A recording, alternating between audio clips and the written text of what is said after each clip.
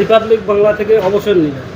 নামটা যদিও আপনি বললেন না, আমার মনে হলো আপনি ময়ূখ রঞ্জন ঘোষের কথা বলছেন। ময়ূখ রঞ্জন ঘোষকে আপনারা গুরুত্বপূর্ণ মনে করেন, পশ্চিমবঙ্গের সাধারণ মানুষ তারা কিন্তু গুরুত্বপূর্ণ মনে করেন না।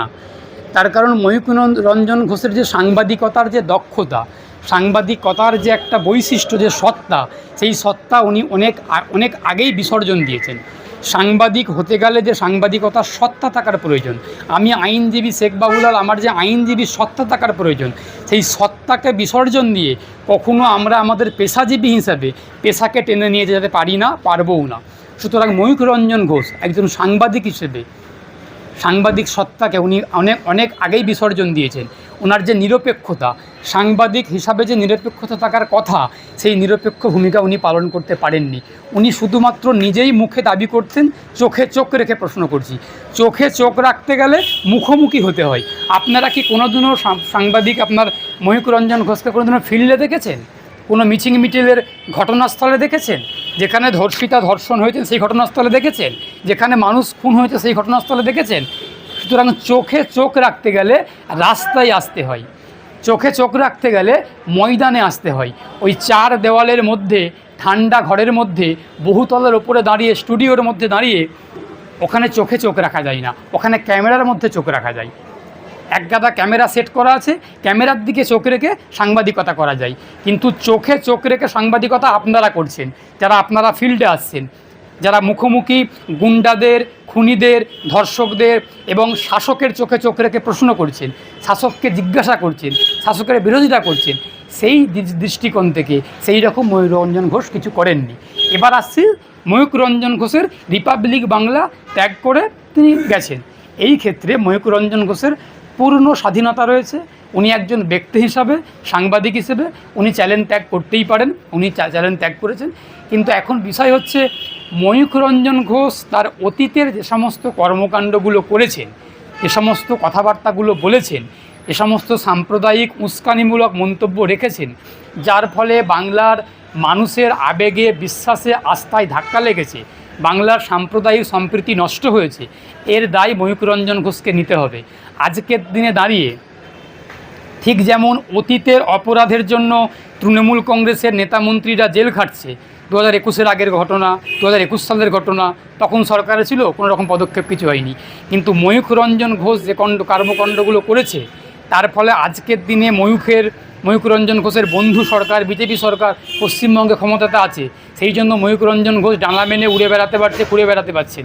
কিন্তু ময়ূখ রঞ্জনের মাথায় রাখা উচিত, যদি ময়ূখ রঞ্জন ঘোষ জীবিত থেকে থাকে, আবারও বলছি, যদি ময়ূখ রঞ্জন ঘোষ জীবিত থেকে থাকে, যদি বেঁচে উনি থাকেন, উনি বেঁচে থাকুন, এটা আমরা কামনা করব, প্রার্থনা করব, বেঁচে থাকুন। যদি বেঁচে উনি থাকেন, যতই ওনার বয়স হোক না কেন, উনি যখন সাংবাদিকতা করে খাক, রাজনীতি করে খাক, ভিক্ষা করে খাক, যাই খুশি করে, চুরি করে খাক, ডাকাতি করে খাক, যাই করে খান না কেন, ওনাকে শাস্তি পেতেই হবে।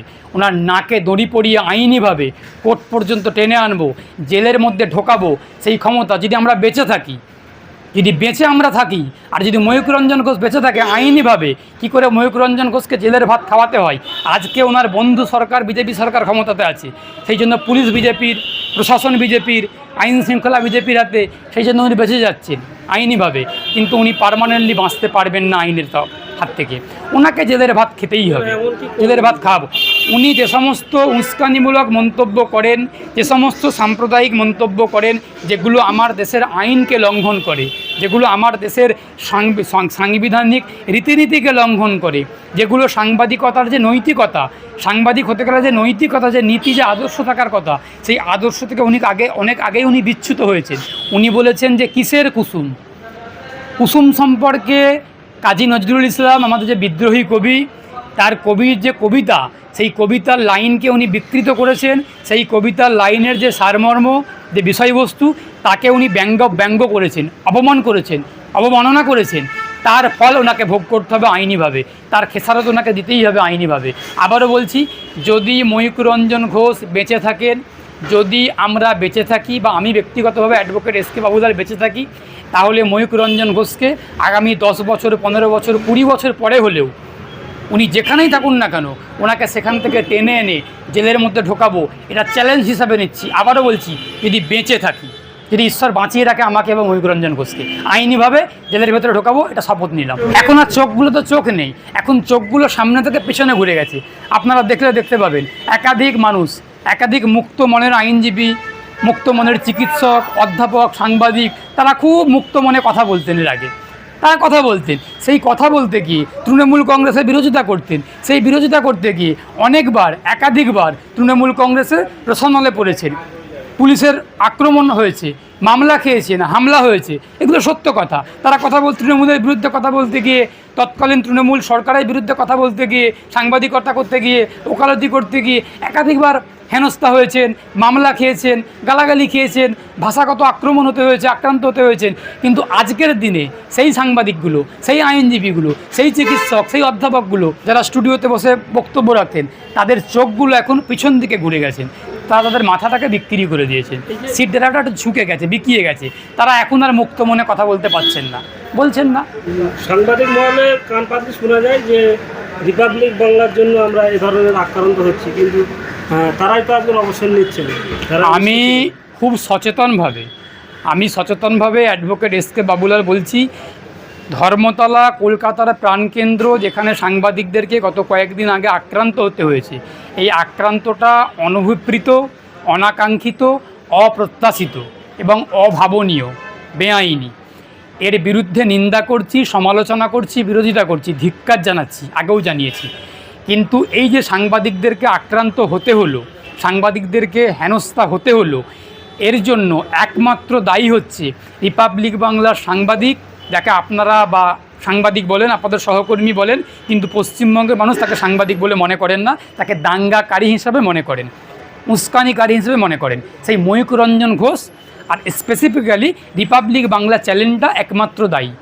আমি খুব সচেতনভাবে বললাম ওরা দায়ী, তার কারণ ওরা যেভাবে সাংবাদিকতাটাকে নোংরামির জায়গায় নামিয়ে নিয়ে গেছে, যেভাবে সাংবাদিকতাটাকে দালালির জায়গায় নামিয়ে নিয়ে গেছে, যেভাবে সাংবাদিকতাটাকে একপক্ষ দৃষ্টিকোণ থেকে সাংবাদিকতা শুরু করেছেন, সেখানে দাঁড়িয়ে পশ্চিমবঙ্গের সাধারণ মানুষ, যারা বুদ্ধিজীবী মানুষ, যারা খেটে খাওয়া, যারা কৃষক, শ্রমিক, ক্ষেতমজুর, ছাত্র, যুব, মহিলা, সমাজের সর্বস্তরের মানুষ, তাদের মধ্যে যেভাবে বিষ ছড়িয়ে দিয়েছে।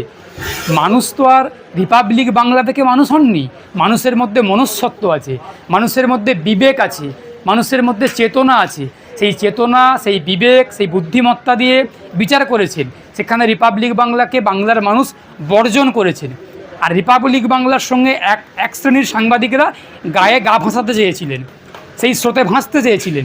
সুতরাং সেই যে রাগ, সেই যে ক্ষোভ, সেই রাগটা, সেই ক্ষোভটা রিপাবলিক বাংলার উপরে যেমন আছড়ে পড়েছে, তেমন সমাজের সর্বস্তরের ওই সময় যারা উপস্থিত ছিলেন সাংবাদিকরা, তাদের উপরে গিয়ে পড়েছে। এর দায়ীটা, এর পিছনের যে দায়ী, এর পিছনের যে কর্মকাণ্ড, কুকাণ্ড, যার ফলে মানুষের রাগ ক্ষোভ তৈরি হলো, তার জন্য একমাত্র দায়ী রিপাবলিক বাংলা চ্যানেলটা।